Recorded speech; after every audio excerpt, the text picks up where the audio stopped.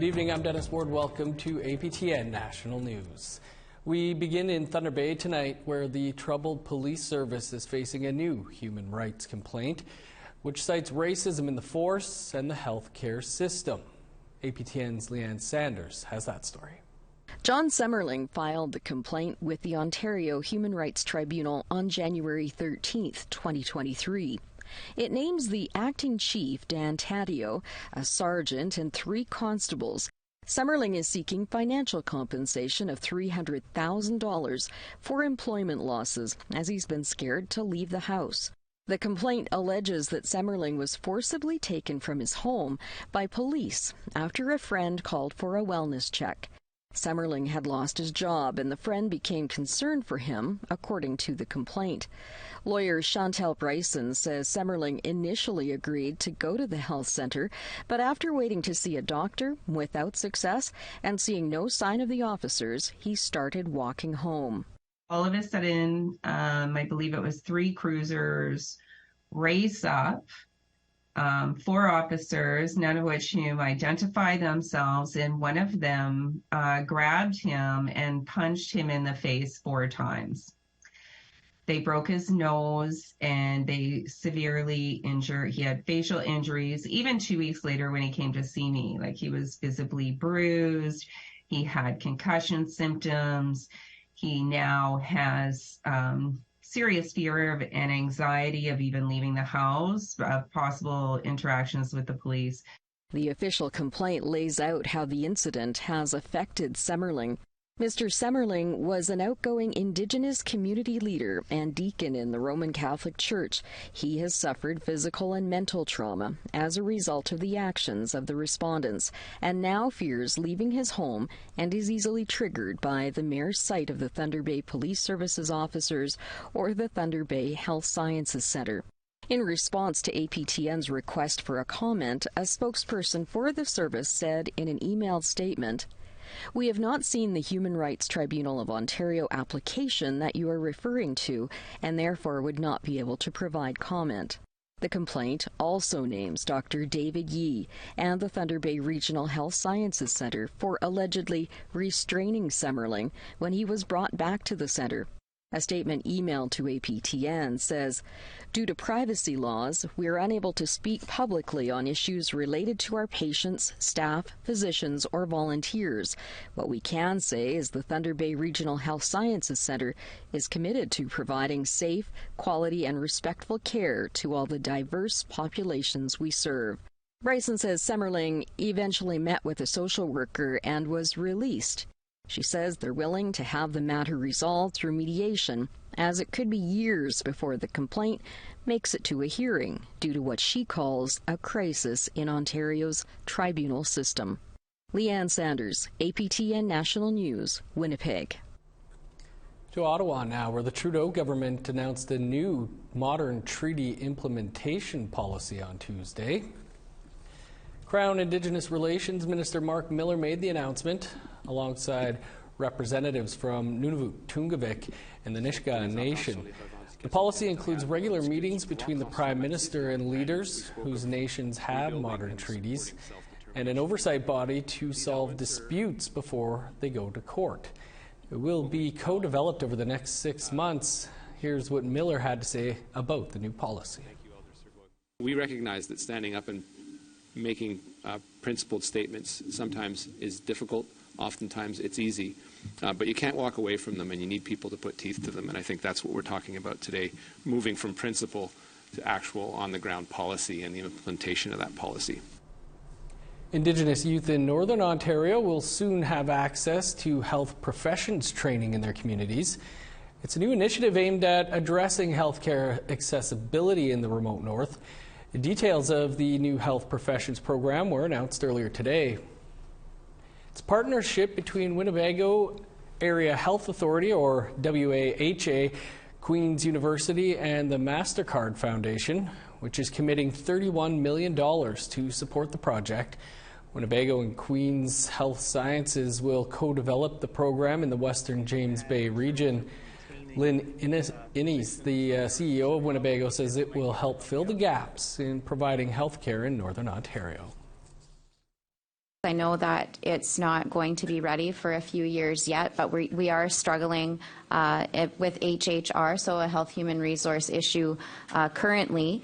So we're looking at innovative ways to be able to bring education to the region, to be able to grow our own people, to be able to sustain our healthcare system for future generations. To the Yukon now, where women involved in the justice system have never had a transition house to help them get back into society. That's about to change thanks to a new pilot program that will be the first of its kind in the North. Jordan Hasselbeck has that story. And so this is what a typical room would look like. We are in the process of just fitting up some of the final details like blackout blinds and things like that that will be necessary for summer. This is one of the 6 bedrooms in the newly renovated building that will serve as a halfway house for women in the Yukon. The Takini Haven building is on Whitehorse Correctional Facility grounds and in the past has been a resource center for men. Now, a new 2-year pilot project run by nonprofit organization Connective will see the building become a living space and resource center for women involved in the justice system. Here in the Territory, supports and services for justice-involved men have existed in some form or another for over 30 years, but equivalent services for women have been very limited over the years. Until now, there hasn't been a women's halfway house in Northern Canada. Yukon Justice Minister Tracy Ann McPhee says the project will offer gender-responsive, culturally sensitive programs for women who are on bail, have conditional sentences, or are in the process of reintegrating back into their communities. This programming will allow women who might otherwise be unsafe returning to their community, who are involved in a justice process, to be in a safe place and to start to address some of their concerns and issues. Along with the 6 bedrooms, the facility includes 2 bathrooms, a shared living room, kitchen, and dining area. The building will be staffed and monitored 24/7. Again, it's meant to be a home-like environment for anybody living here.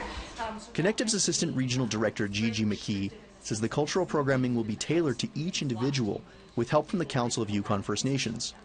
Sometimes it'll be on the land facilitation. Sometimes it'll be mitten making. It could be beading. It could be talking circles. It could be fire.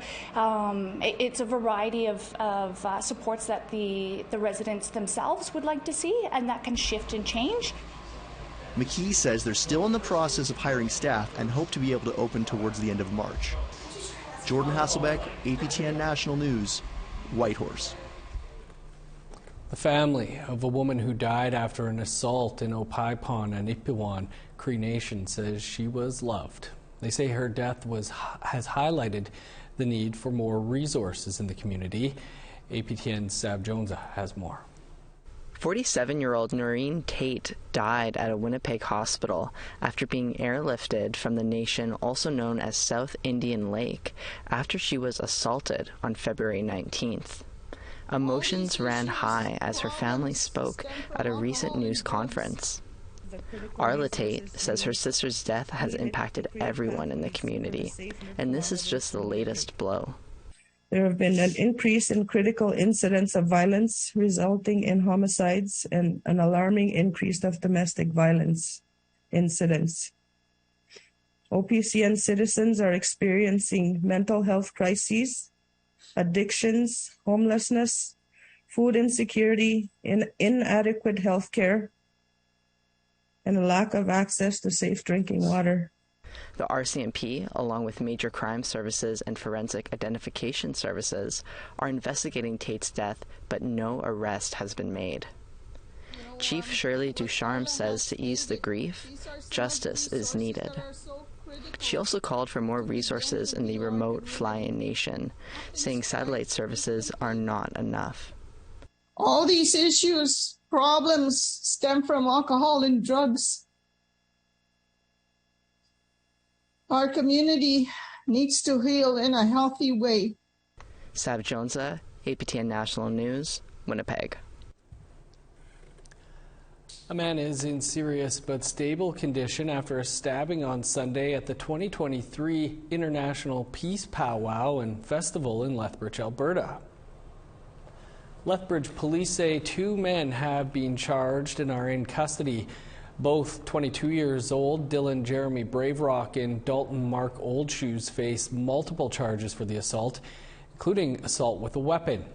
Police say the parties are known to each other and it was not a random incident. Our Atlantic Canada reporter Angel Moore is currently in Fredericton, New Brunswick, working on a story she'll have soon about a partnership between First Nations and a forestry company. Here she is now with a preview. I'm here at the Fredericton Convention Centre, where the Wolastoqey Nation announced a memorandum of understanding with a foreign-based forestry company, the AV Group of New Brunswick. Its parent company is based in India. The agreement is for forest co-management and economic opportunities. But most notably today, the government of New Brunswick was not present and not involved in the MOU. I'll have more details on this story soon.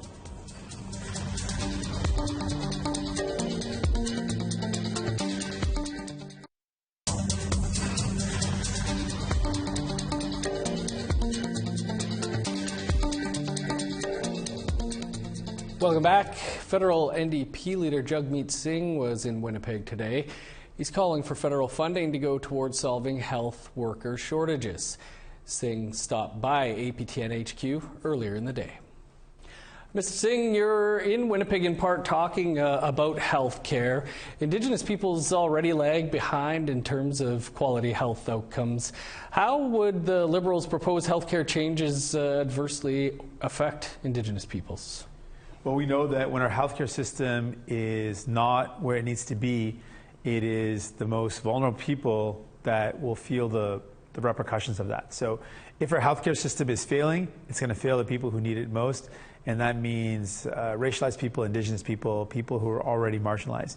And the current agreement or the current negotiated deal that the Prime Minister has with the province of Manitoba doesn't include any strings attached or any conditions that would actually solve the healthcare crisis. The major problem we have is a shortage of healthcare workers. That's nurses, doctors, support workers.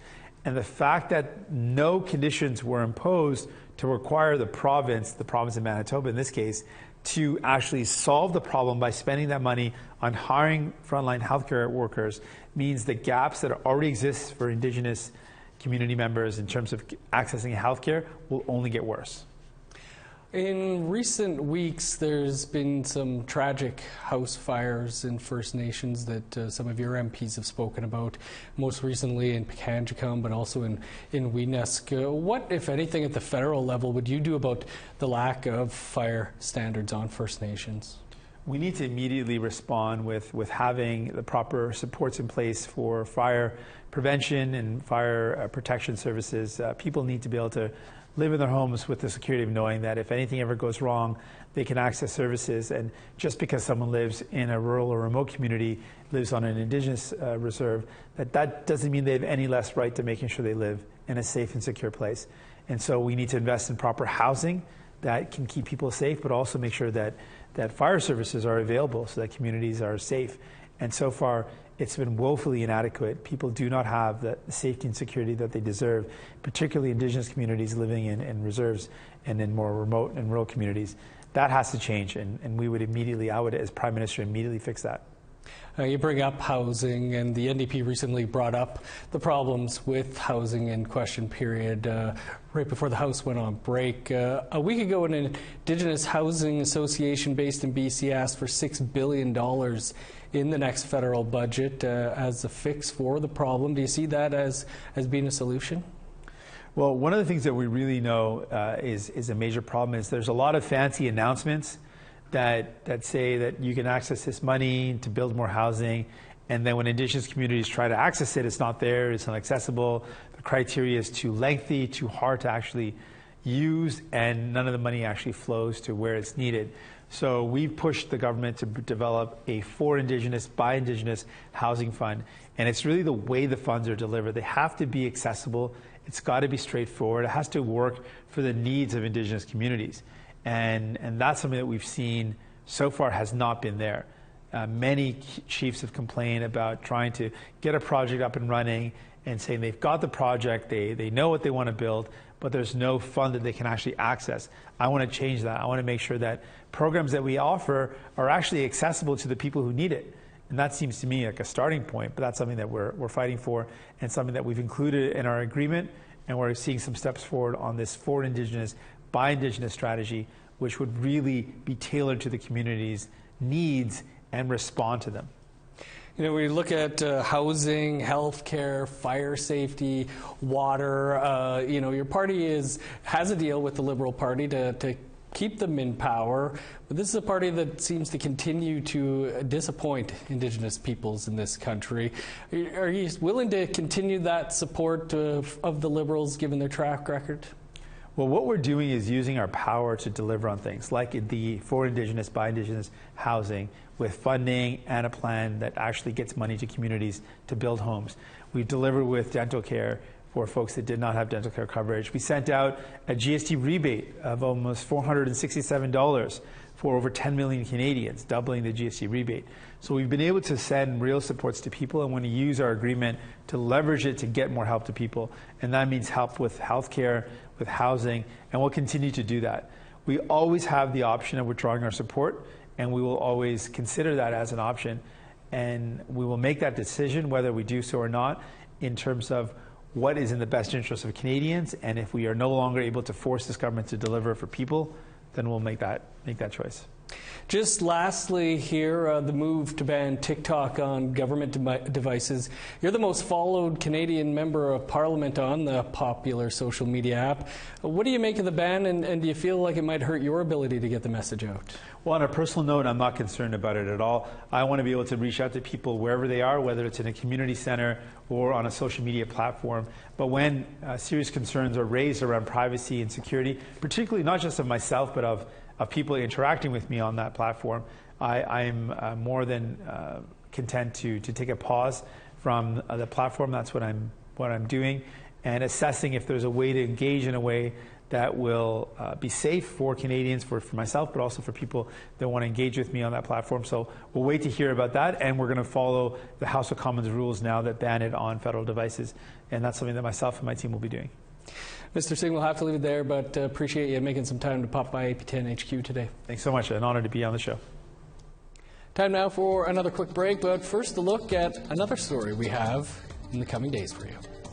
Coming soon, I'll have a story of Nisga'a communities celebrating Hobiye over the weekend in Lac Ozak. Nisga'a culture dancers led the way in the grand entry into the community center. The celebration was a powerful display of culture, language, and song. Hobiye actually originated in the village of Gitwinsilk back in the 90s as an actual event to celebrate the upcoming moon, the harvesting season, and as a way to express ourselves culturally. This story coming soon on APTN National News.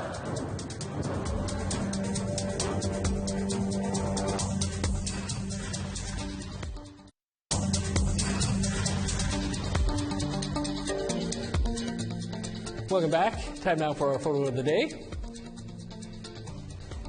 And our very own Brent McGilvery was up late last night and was able to capture this incredible shot from his own patio of the Northern Lights, as seen from Saskatoon, Saskatchewan.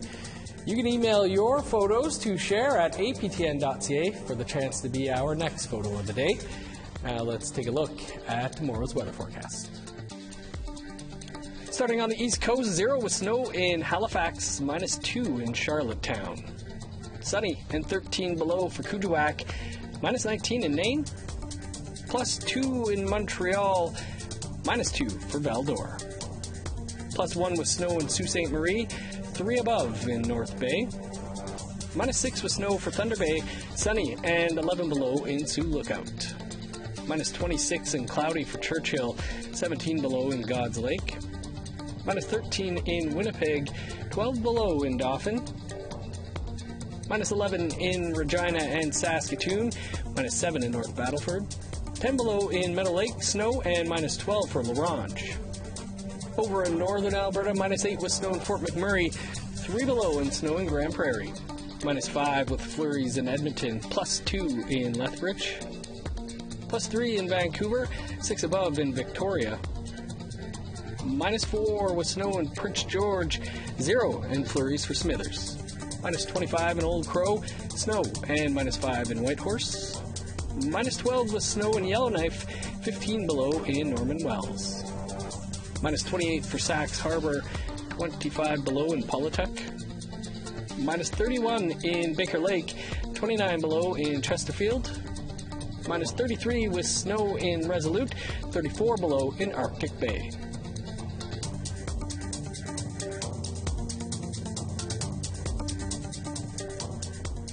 A cute story now about 3 kids in Saskatchewan trying to recover from a mishap with an electric shaver and an overzealous barber. Leah Tarangjo from the Cody First Nation just north of Kamsack, Saskatchewan, took this video of her nieces and nephew recovering from haircuts doled out by Fada, the 4-year-old. 3-year-old Judy escaped okay, but 4-year-old Storm will have to wait a while to grow his hair out. The video has since gone viral on social media with comments from as far away as the United Kingdom. Who used this, Veda? Huh? Oh my goodness, I could just cry. Who did my hair? Veda did my hair. Huh? Who cut my hair? Who cut your hair? Veda did. Veda cut my hair. Did you cut their hair? Why did you cut their hair? Huh? Why did you, don't pull your shorts up. Why did you cut their hair? And look at your hair. Did you do that? Did you do that to your hair? Who did? Who did? Who did that to your hair? Doesn't look that bad. It'll grow back. Well, over the next 2 weeks, award-winning actress, producer, and former politician Tina Keeper will be our guest on Face to Face. We'll be discussing her time in politics and if she plans to run again, as well as her latest production and acting project, the comedy series Acting Good. Of course, we'll also be talking about the role that started it all for her on North of 60. Keeper says she never expected the series to leave the mark it did. From my perspective, I thought Canada is not going to accept a predominantly Native cast. It's set in an Indigenous community. This is too foreign for Canadians, and I didn't think it would last more than 1 season. And so we were all really surprised by just how well it did. You can watch our interview with Tina Keeper right here in about a minute's time. Part 2 of our interview will air next week on Face to Face. Also, be sure to join us tomorrow live at 3 p.m. Eastern Time for In Focus. We'll be looking at Indigenous firsts, and I'll sit down with an astronaut, a forensic pathologist, and Governor General Mary Simon. That's all the time we have for your APTN National News for this Tuesday. For much more, visit our website, aptnnews.ca. I'm Dennis Ward. We'll see you back here tomorrow.